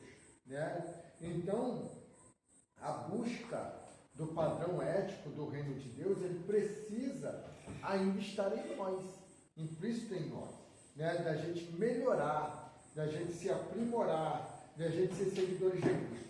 Eu sempre, né, quando leciono, eu aconselho os irmãos ao quê? A ler, quer ter um padrão ético de cristão, Sermão do Monte. Mateus capítulo 5 até o capítulo 7 todo. Ali está todo o padrão de como é o nosso ser cristão. A nossa ética cristã está ali, baseada ali em Mateus capítulo 5 até o capítulo 7. Tá bom? Sermão da montanha. Oi? É o sermão da montanha. Sermão da montanha. Isso aí. Tá bom? Irmãos, vou fazer uma pausa aí rapidinho para vocês tomar um café e a gente retorna. Esticar as pernas. Isso. Então vamos lá, gente.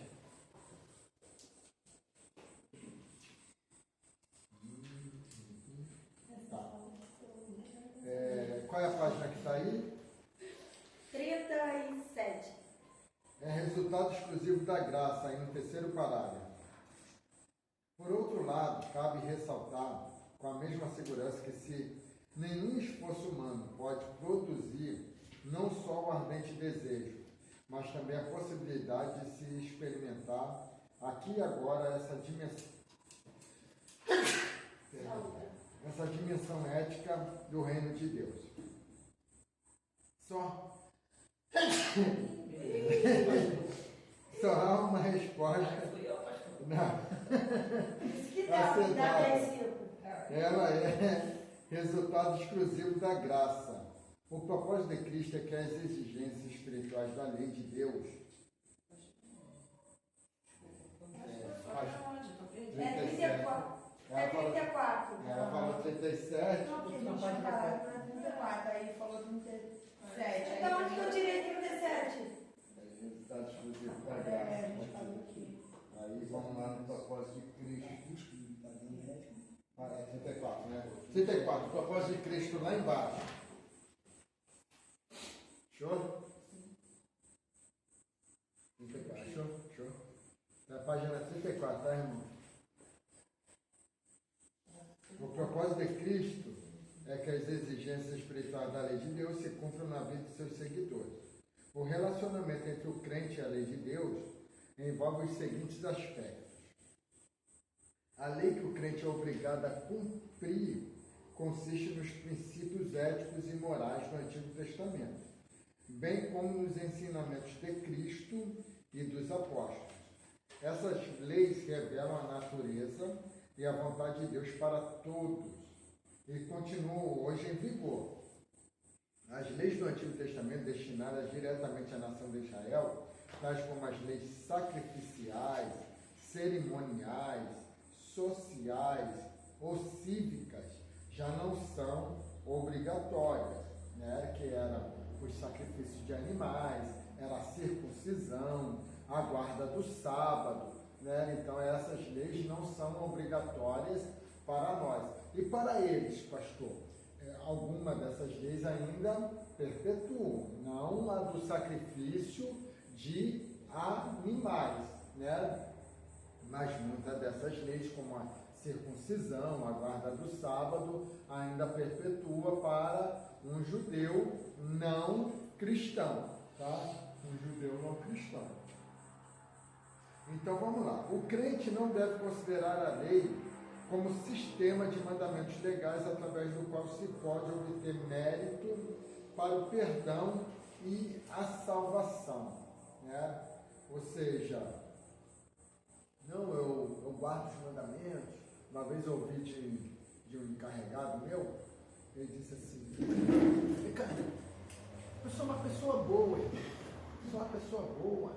Quando eu estou na minha casa lá, às vezes aparece um morador de rua, peço minha esposa para preparar um almoço, eu dou a ele, ajudo as pessoas, aí eu vou para o céu? Eu falei, não vai não.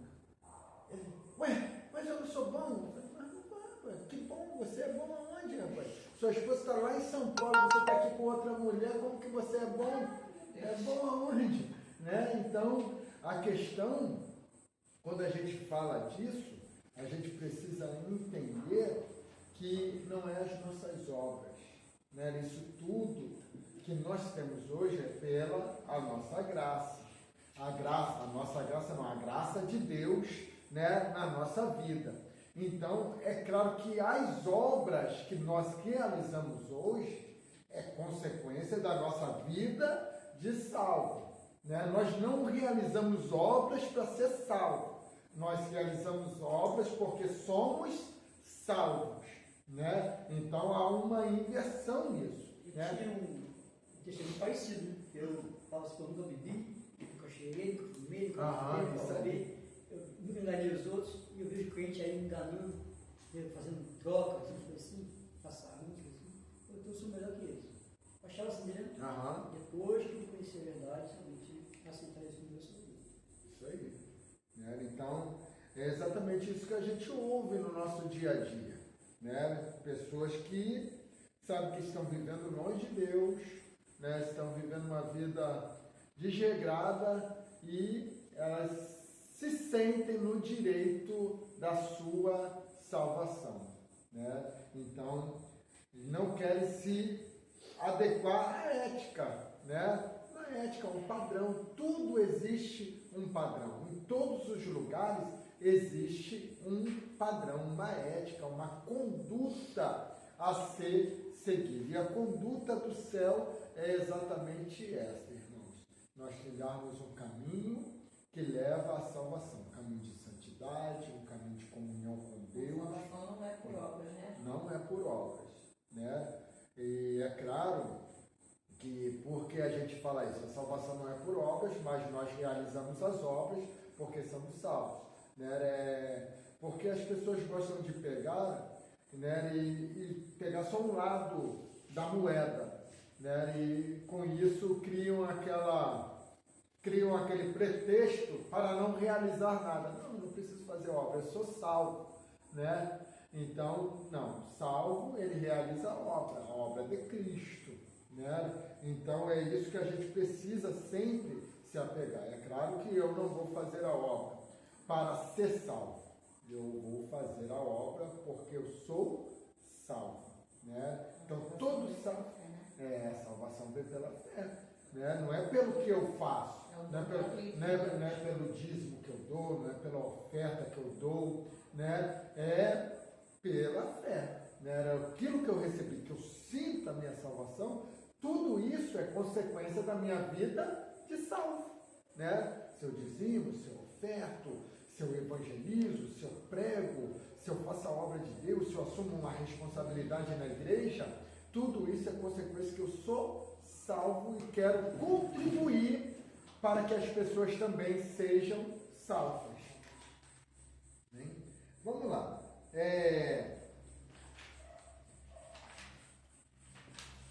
A conduta cristã e a santidade pessoal. Qual é a página? 35. Página 35. Antes santificai a Cristo como Senhor em vosso coração, estando sempre preparados para responder a todo aquele que vos pedir razão da esperança que há em vós. Né? Santificação é o supremo ideal de Deus para o crente. Fomos salvos quando aceitamos Jesus Cristo como Salvador. Nesse dia o Espírito Santo veio habitar em nós para começar a obra da santificação em nossas vidas. Né? A salvação é instantânea. Né? Eu criei, recebi, né? Recebemos-la de uma vez para sempre, no momento em que cremos em Jesus. É claro que não existe. Um minuto, só para poder me ampliar o conhecimento nessa parte. Então, não tem questionamento sobre as pessoas que aceitam Jesus, reconhecem Jesus no seu último momento. Ela reconheceu Jesus, aceitou como Salvador. O que entra aí nessa questão é a onisciência de Deus, né? Que muitas pessoas sabem disso, né? Hoje, um ímpio sabe, né? É porque uma vez eu presenciei, né, um rapaz lá onde eu morava, ele era um mototáxi, ele foi arrebentado de tiro. E ele começou a ficar agonizando ali. Tem uma igreja lá, IADSEC, né, que é a igreja da pastora Márcia, muito conhecida, e começaram a chamar a pastora Márcia, e o pastor Anderson. E eles vieram correndo na direção daquele jovem, e aquele jovem agonizando, no último momento ali, eles fizeram uma oração, e você reconhece Jesus como Salvador, fulano de tal.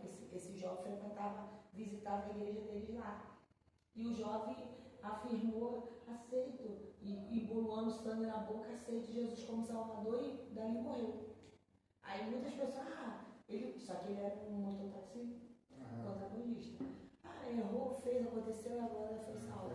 E a gente ficava entrando. Não, eu já sabia que tinha sim a possibilidade, mas estudando melhor, né? Compreendendo melhor. Porque isso, é claro, compete a Deus, né? Tem pessoas que dizem, isso é injustiça, eu vivi a vida toda no Evangelho, servindo a Deus, servindo a Cristo. Jesus falou isso. Né? A pessoa viveu uma vida errada a vida inteira e no último momento aceita Cristo. Então, isso, só Deus vai ter o poder de julgar. Né? No nosso olhar, na nossa ótica, está errado, está injusto pra caramba.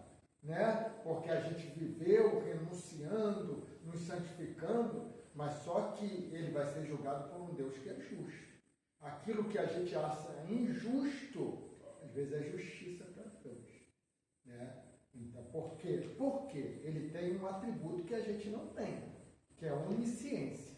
Ele conhece a verdadeira intenção do coração. Né? Então, ele conhece a sinceridade do coração. E houve testemunho de confissão, né? Isso aí. Pode falar. Eu vejo um cuidado ali nessa palavra sobre uma vez salvo, sempre salvo. Porque, como está falando aqui, recebeu a uma vez disso, para né? sempre. Dá a impressão disso. Cuidado, porque ele vai na Bíblia que nos mostra que não é bem assim. Não é não. Tem que permanecer. Eu posso aceitar Jesus agora e já perder minha salvação imediatamente. Batismo no sol, dízimo no sol, É isso aí. tomar cedo no sol. Não salva. Então são coisas que nós temos que ver que uma vez salvo, você vai manter minha mão, Senhor Jesus, agora eu posso andar a energia que eu quiser e você salva. Mas eu não vejo assim. Não é não. E partindo do atributo da justiça de Deus, eu passei por um episódio que eu pedia muita justiça de Deus. E o Senhor me ensinou e falou que a régua de Deus é muito alta. Então, se Deus for fazer justiça mesmo de acordo com a justiça dele, até a gente que está pedindo justiça para a gente roda também na justiça de Deus, porque a régua dele de justiça é muito alta. A gente fala Deus, porque eu aprendi, né, com esse rapaz aí, que na verdade quando a gente pede justiça, a gente está pedindo vingança. Então, se a gente for pedir, a gente tem que pedir misericórdia, porque se Deus achar que a gente é digno, ele vai salvar a gente. Se a gente pede justiça, se a gente for olhar pelo âmbito de justiça, a gente, os de nós, também roubam na justiça. Só pela graça. Até porque quando a gente faz esse tipo de oração, a gente está colocando uma posição que parece que Deus parece que Deus não é justo, né? Que Deus está sendo injusto conosco, né? E Deus é um Deus que é justiça. Justiça de Deus é automática, irmão, né? Então o culpado Deus nunca vai ter por inocente. Então a gente poupar tempo, irmão. Não há uma necessidade de falar Deus faz justiça. É isso aí, né? Então ele é um Deus justo. Então, né, é claro, existem situações que a gente pode se compadecer e ao certo pedir misericórdia, porque isso é um sinal que nós temos a nossa vida transformada, que é o sinal da liberação do perdão. E isso que é o mais correto na nossa vida. É o que Moisés fazia. Aquele povo azucrinou a vida de Moisés, irmão. E toda hora Moisés, não, Deus não mata o povo, perdoa o povo, né? Então, é isso que a gente precisa compreender. E isso faz parte, né? Graças a Deus está dentro da aula da nossa conduta cristã, tá? Então, vamos lá. A conduta cristã é a santidade pessoal, é aí que nós estamos, né? Não, a gente está na 36, a santificação é um processo contínuo. 36. Ah, tá. Então vamos lá. Certo. A santificação é um processo contínuo. É a ação divina do Espírito Santo no coração do crente. Mas existe que o crente a deseje e a busque. E o que implica com a cooperação que o Espírito Santo quer realizar nele. É isso que a gente precisa entender. A santificação ela é gradativa. Ela vai crescendo em nós, né? Conforme nós vamos buscando ao Senhor, a gente vai ter, o Espírito Santo vai fazendo a obra e a gente vai tendo desejo de deixar isso, deixar aquilo, né? É só lembrar a nossa vida de novo convertido, né? Que a gente vem... De novo convertido, de velho também. Não mas... De velho também, porque o que acontece? Exatamente, quando se fala de crente, quando a gente é velho convertido, se fala que a gente teve um momento que a gente, subiu, mas depois entrou em declínio. Então, isso que eu estou falando, de velho também. Porque aí você vai entrando naquela apostasia, naquele declínio, onde a pessoa já não vê problema mais quase nada. É isso aí. Eu costumo colocar, pastor, a santificação como um crente em quarto escuro. Um quarto escuro. Aí Jesus manda a luz e ele vê a sujeira, ele vai ver a sujeira. É isso aí. Jesus vai mandar mais luz. O que é que ele manda mais luz? Você tem que ter mais conhecimento. Aí você vê mais sujeira, você vai limpando. Então, cara, você gradualmente vai se limpando através da luz. Isso é automático, irmãos. Quando a gente vai se aproximando de Deus, com a nossa vida de oração, com o jejum, né, faz renúncia, a gente vai vendo que a gente precisa ir mudando cada vez mais. Então, a santificação é exatamente isso. Então, quando a gente começa a retroceder nisso, é um sinal claro, irmãos, que nós estamos se afastando de Deus, né? Então, isso vai ficando como, isso aqui não tem mais problema. Não tem problema porque houve uma distância. Porque quando a gente começa a se aproximar daquele que é santo, a impureza não dá para desfrutar desta comunhão com aquele que é santo. O que aconteceu com Isaías quando ele viu a glória de Deus. Ele era profeta. Não foi ali que começou ele ser profeta, não. Ele já era. Né? Ali é a confirmação do seu ministério. Mas ele já era profeta. Ele já profetizava desde o capítulo 1. Né? Então, no capítulo 6, ele vê a glória de Deus. E o que acontece? Se sentiu impuro. Se sentiu puro. Ele disse, vou morrer. Isso é impuro. Né? Por quê? Ele se aproximou daquele que é santo verdadeiramente. E o que ele diz que é impuro nele? Os lábios, mas ele era profeta. Né? Você já consegue conceber um profeta com lábios impuros? Sim, A maior ferramenta de trabalho que eu Né? porque ele reconheceu que a deficiência dele estava ali. Estava ali. Apesar de Deus usar ele como instrumento, ele ainda estava com um falar pesado.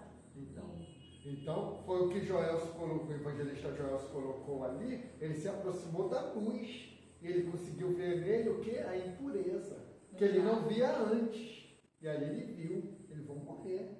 Né? Aí o serafim voou, tocou nos lábios dele com a brasa viva e diz, isso foi purificado. E tanto era necessário que o serafim veio e tocou nos lábios dele. Porque ele reconheceu, ele viu, pediu ajuda, pediu a libertação, e o serafim veio. Porque se não fosse coisa da cabeça dele, Deus ia ir, né, não ia tentar para poder encostar no lábio dele. Para quê? Mas se purificou porque realmente precisava. Tinha impureza. Aleluia, glória a Deus. Né? Então, existe área da nossa vida que a gente vai olhando assim e diz, não, é coisa normal. Mas quando a gente se aproxima dele, a gente vai ver que não era normal, que era necessário ser retirado, ser tirado. Né? Então, foi o que aconteceu ali com Isaías. Amém? Então, vamos lá. Coisa linda. O crente não é só espírito. Enquanto estiver neste mundo, lutará contra as tendências da carne, que se esforçam para sufocar sua santidade. Isto é normal, irmão. Né? Então a gente precisa compreender que nós somos seres humanos, né? Que precisamos vigiar sobre uma coisa que nunca se converte, que é a carne. Nunca se converte. Então a gente mortifica ela com as obras do Espírito, né? Que é a oração, é o jejum, é a leitura da palavra, ocupando a nossa mente com as coisas de Deus. Né? É só dessa maneira. Né? A carne ela grita, a carne ela tem vontade, a carne ela tem desejos. Né? Então, se a gente não viver uma vida próximo de Deus, não tem esse, é pastor, é membro, é evangelista, qualquer um pode ser derrotado, tombado pela carne. Né? Então, são coisas que a gente precisa compreender. E como a gente vence isso? Com a santidade. Né? A nossa santidade ela é oposta à vontade da nossa carne. Né? Porque santidade fala daquilo que a gente se volta para Deus. E a carne é aquilo que está atrelado ao pecado. Né? Então, tudo aquilo que está atrelado ao pecado tem a ver com esse corpo perecível. Né? Com a nossa vida, com esse corpo aqui que um dia vai ser desfeito para um corpo incorruptível. Amém? Então, vamos aqui agora. O crente não pertence ao mundo, né?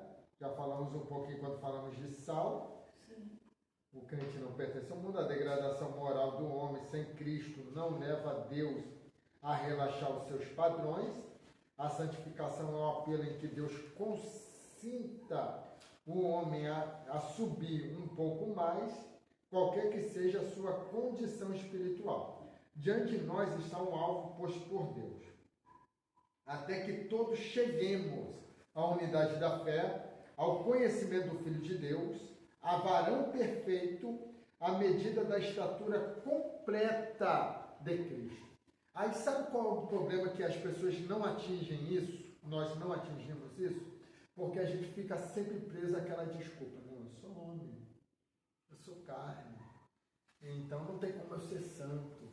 Né? Eu erro mesmo, eu peco mesmo. Né? Não tem como não pecar. Então a gente fica preso a isso, né? E se esquece de ir melhorando a cada dia, porque santidade é o que nós falamos, ela é gradativa, você tem que ir melhorando. Hoje você é, por isso que a Bíblia diz, quem é santo, mais ainda. Então isso é gradativo, você vai se santificando dia após dia, melhorando dia após dia, vigiando, controlando, se podando. Poxa, hoje acabou, não vigiei, falei mal da irmã, né? Então são coisas naturais, né? Que às vezes a gente fraqueja e que o Espírito Santo, quem que se santifica, o Espírito Santo cobra, né? Depois você está ali e o Espírito Santo te cobrando. Poxa, falou demais, hein?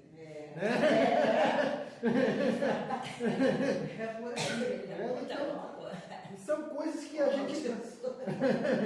gente vai, né, procurando melhorar dia após dia, momento após momento, né? Um homem sábio disse assim: a carne não precisa ser alimentada, o espírito precisa. Isso aí. Deus exige que o crente seja santo. Portanto, santificai-vos e sede santos, pois eu sou o Senhor vosso Deus, e guardai os meus estatutos e cumpri-os. Eu sou o Senhor que vos santifica, né? Então, Ele que nos santifica.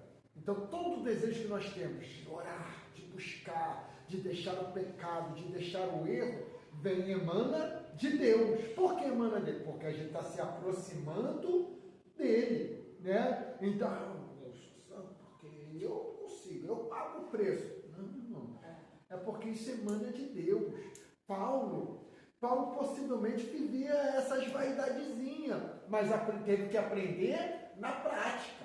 E aonde que ele vai dizer? Se você olhar a primeira carta de Coríntios, você vai ver, poxa, Paulo é um homem santo. Mas aí na segunda carta você vai ver ele já dizendo, quando eu penso que estou forte, estou fraco. Né? Então, quando eu penso que estou fraco, aí eu estou forte.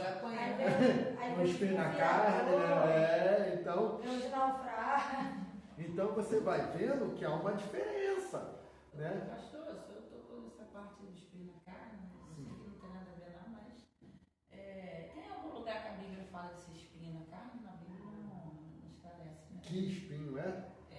Não. Do que se trata? Não se trata, isso é um tem mistério. especulação. Isso é um mistério. Eu acho que a única coisa que fala é que ele era esbofeteado, né? A Bíblia fala que ele tinha um mensageiro de Satanás que esbofeteou ele por 3 vezes, né? Mas não necessariamente constatou, deixou claro pra gente que isso seria o espinho, não. Não. Aí ele vai dizer que tinha um espinho na carne, né? E que Jesus vai falar, minha graça te basta, meu poder. Eu acredito nisso. Mas sabemos. Uma fraqueza que Isso aí, o Jesus mesmo vai dizer, minha graça te basta porque o meu poder se aperfeiçoa na sua fraqueza. Então, eu creio que possivelmente, né, especulação, né, poderia ser algo da área moral, né? Alguns especulam que poderia ser doença, alguns especulam que poderia ser alguma oposição, algum rival, né? Algum tipo de perseguição, mas isso aí a gente descarta porque perseguição ele teve desde o início que se converteu, né? Então, existem várias especulações. Então, não tem como eu chegar aqui e fazer uma afirmativa do que era o espinho da carne dele. A única afirmativa que eu faço é a de Daniel. As coisas reveladas são para nós e as ocultas, elas pertencem a Deus, né? Então, não tem como mesmo. Então, vamos lá. Deus exige que o crente seja santo, né? O desejo de Deus é que a santificação seja uma realidade na experiência do crente. Ao dizer, santificai-vos e sede santos, Deus mostrou que essa exigência é motivada por ser Ele um Deus santo. Temos que agir de modo que sejamos dignos do Deus com quem afirmamos ter comunhão, né? Há uma fábula persa que diz, ter um caminhante achado um pedaço de argila da qual se desprendia estranha fragrância. crendo que se tratava de nardo, disfarçado de argila. O caminhante indagou: por que tanta fragrância? A resposta foi: porque tenho vivido perto de uma rosa. Né? Então isso é tremendo, né? Porque a gente vai sempre refletir aquilo de quem a gente se aproxima. Se a gente se aproxima de Deus, a gente vai exalar santidade, né? Uma vida santa, né? Onde as pessoas vão olhar e dizer: poxa, eu desejo ser igual aquela irmã, eu desejo ser igual àquela irmã. Né? Porque isso é normal, irmãos. Sempre quando a gente se converte ao Senhor, a gente vai ver alguém na igreja como exemplo. Alguém na igreja que vai atrair o nosso olhar e vai dizer: poxa, eu quero seguir esse padrão aí. Né? Eu quero ser assim. Né? Oi? E às vezes a pessoa só salva a igreja, a paz do Senhor. Você já sente a graça de Deus na vida da pessoa. O valor do vaso é que está dentro dele, que ele carrega, né? Oi? O valor do vaso é que está dentro dele, que ele carrega. É isso aí. Sem que está no dedo dele, de nada, é um barro. Verdade. Se quebrado, não. É verdade. Verdade. Né? Paulo vai dizer que a gente carrega dentro de vasos de barros, né? Tesouros preciosos. E era muito normal, antigamente, reis, né? Pessoas assim, guardarem joias, coisas preciosas dentro de vasos de barro. Por quê? Não chamava a atenção, né? Era algo não decorado e ali dentro estavam as joias. Então, se alguém tomasse o reino, alguma coisa, dificilmente procuraria ali, porque era algo que não chamava a atenção. Né? Eu acho que quando também Deus se refere ao vaso de barro, é mostrando o quanto nós somos frágeis, né? E o quanto carregamos riqueza dentro de nós. Somos um pó cinza, sabe? Não temos, valor nenhum. Se Deus tirar o fogo aqui, a gente cai aqui em terra. Mas dentro de nós tem um tesouro imensurável, que é Deus. Verdade. E é a sua palavra. Verdade. Então vamos lá. Agora,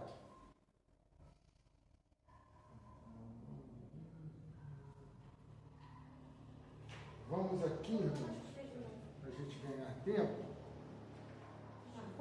O crente tem sua vida focalizada em Cristo. Acharam aí? Chegamos na 47. Agora que é 37, né? Agora é a verdadeira. Então, os crentes têm sua vida focalizada em Cristo. Esse aqui vamos ler, esse versículo de Colossenses 3, do verso 1 ao 4, que está aí no livro. Portanto, se já ressuscitado com Cristo, buscar as coisas que são de cima, onde Cristo está assentado à destra de Deus. Pensar nas coisas que são de cima, onde Cristo está assentado à direita de Deus. Pensar nas coisas que são de cima e não nas que são da terra. Porque já estáis mortos e a vossa vida está escondida com Cristo em Deus. Quando Cristo, que é a vossa vida, se manifestar, então também vós vos manifestareis com Ele em glória. Né? Então, esse é o nosso foco, irmãos. Estar com a mente voltada para Cristo, tá? Então isso anseia a nossa santidade diante do Senhor. Aí vocês vão pular aí, de repente vai virar outra folha.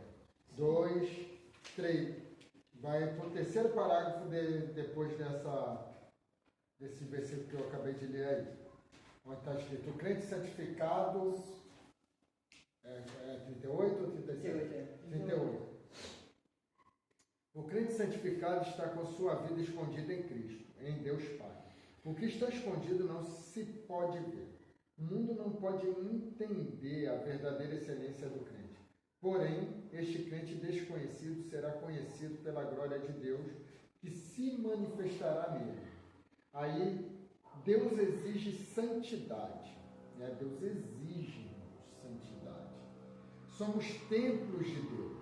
Então, por que devemos ter santidade? Porque hoje Deus habita em nós através do Espírito Santo. Tá? A marcação vai até hoje? Não, não tem marcação não. Para de marcar aí. Purificação pessoal. Deus, né? Os santos são diferenciados, livres da lei do pecado, apresentam fruto do Espírito. Né? O que a gente aprendeu aqui no culto de ensino, não é os frutos, é o fruto do Espírito. Eu estudei sobre isso. Bom? Então, devem despojar-se de tudo, ou seja, tudo que desagrada a Deus, a gente precisa abrir mão para ter uma vida com Deus. Não existe meia entrega, a nossa entrega é total. Né? Um dos utensílios mais notáveis do tabernáculo era o altar, tá? Do holocausto que ficava no átrio exterior. Por que holocausto? Holocausto quer dizer oferta queimada por inteiro, né? Então, isso quer dizer o quê? Que Deus não aceita a gente pela metade.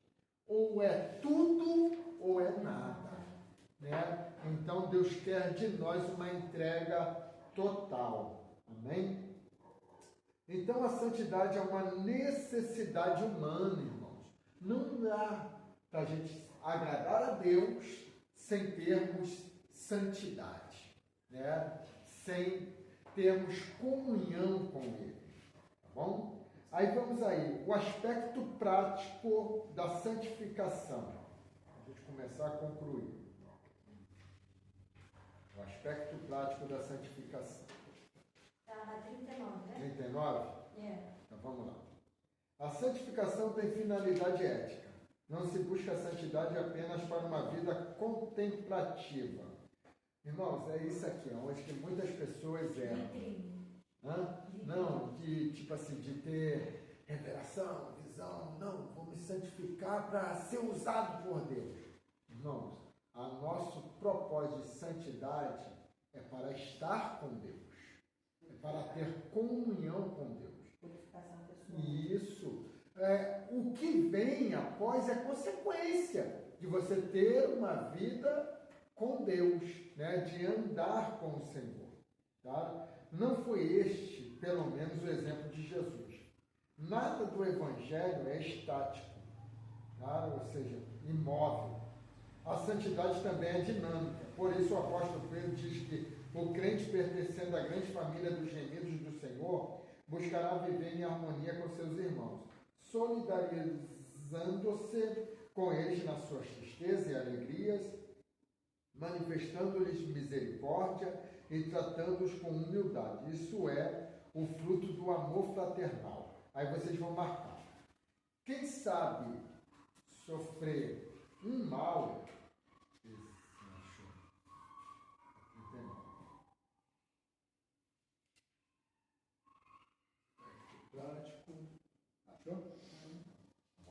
Quem sabe sofrer um mal ou uma injúria revela maior força moral do que aquele que paga com a mesma moeda. Irmãos, isso é crescimento.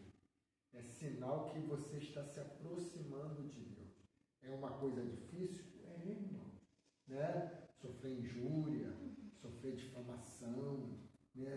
Ser maltratado, né? É uma coisa difícil. Mas quando você consegue reverter isso no seu sentimento, é um sinal que você se aproximou do Senhor, você está subindo de nível, tá? Diante do Senhor.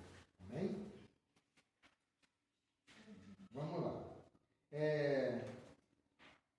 Olha aí o parágrafo de baixo agora. Os que viveram com o Senhor Jesus Cristo são unânimes a dizer que sua vida foi inatacável e que não foi achado engano na sua boca. Por isso, a Escritura recomenda: santificai-vos em vossos corações a Cristo como Senhor. Só a santidade realiza milagres de glória. Se crescermos em santidade, a igreja também crescerá em nível e daremos a Deus melhores condições de usarmos na sua santa causa. Aí vocês vão marcar. Santificar é separar para dedicar, né? A palavra santo, né? Ou santificar, que vem do grego agiasmo, quer dizer exatamente isso, separar para dedicar, né? Ou seja, você é alguém separado para dedicar-se a Deus. É como o voto do Nazireu, né? Era alguém que era separado, consagrado para uso exclusivo do Senhor, como foi Samuel, como foi Sansão. Isso. Separar para dedicar. Marca isso? Isso, marca isso. Santificar é separar para dedicar. Amém? Então, irmãos, é até aqui, tá? A gente vai corrigir o questionário para vocês. Então, vamos lá. Questão de número 6. Quanto à relação de Cristo com o Antigo Testamento, é errado dizer que diaconisa Renata? É errado, né? Uma vez ratificado o Antigo Testamento por Jesus e descartada a lei dos profetas? Isso aí está errado. Jesus não descartou a lei e os profetas. 7. A resposta é letra D, tá bom? 7. A busca do padrão ético do reino de Deus é da prova, tá? 7. Responda para nós, missionária Ana. É a letra C. Isso, é resultado exclusivo da graça. Garota. 8. É correto afirmar que, evangelista Joelson? Santificar, separar para dedicar. Isso aí, correto. 9 é da prova. E essa que eu tenho dúvida. O conteúdo ético moral que norteia a lei mosaica e os princípios implícitos são pertinentes somente ao povo de Israel. Certo ou errado, Diácono Rafael? Errado. Errado, por quê? Não sei, eu chutei. Sinceridade é tudo. É porque não Porque é... ele não é mosaica, né? Não, é porque a lei é mosaica, mas é porque não é somente para o povo de Israel, é para todos os cristãos. Da época. Então é errado, né? É errado. Botei certo. Porque o quê? Então vai aqui. Porque é para todo o povo da época. Oi? Para todo o povo da época. Eu botei errado.